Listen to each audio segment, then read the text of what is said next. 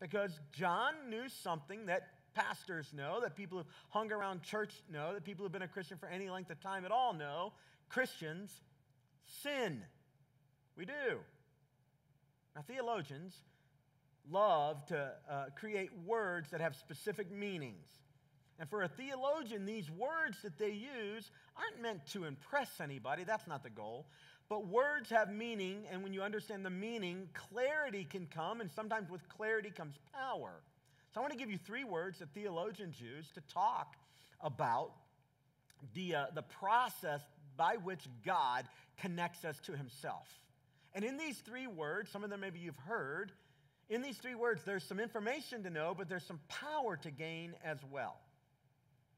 So when a believer, or when a sinner turns their life over to Jesus, we would say takes next step A, or becomes a Christian, or gets born again, that moment when they acknowledge that God is God and they're not, when that happens, theologians have a term to describe what happens in that moment.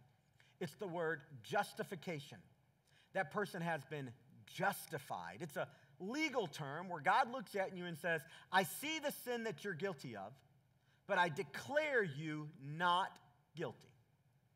That's justification. I wipe away the penalty of your sin. Jesus takes on the penalty. God's grace is substituted into your life by the power of the Spirit, and you are now justified with Christ. That happens at the moment of salvation. You're done. You're in. It's good.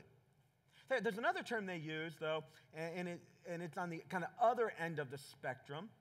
They talk about the idea that in heaven, we're going to get a glorified body. Glorification. Justification, glorification. Now, glorification, the word glory, simply put, means the light is shining bright. So God's glory is God's light. When God is glorified, his light is brighter. When we're glorified, the light of God purifies us completely, and everything dark in us goes away, theologians tell us. So you're justified on the front end, and on the back end, from God, you get glorified. You get made perfect. Now, glorification happens in heaven. You're not glorified on earth. You're not made perfect. All the darkness isn't wiped away on earth. That happens in heaven. Salvation, the theologians call it the order of salvation, begins near justification, and it kind of culminates in glorification. So what happens between the moment you commit your life to Christ and then you're connected with Christ in eternity, when you're justified and you're glorified? What happens in between? Well, they have a word for that too. Justification, glorification, sanctification. It's the process by which a justified person gets made more and more into the image of God. It's a process of growth and discipleship. It's a journey that God takes you on.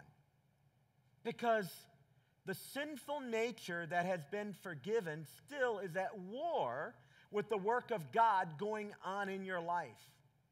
Christians sin. And sometimes otherwise good Christians do very stupid things. And it begs the question, when a Christian sins, is he or she a hypocrite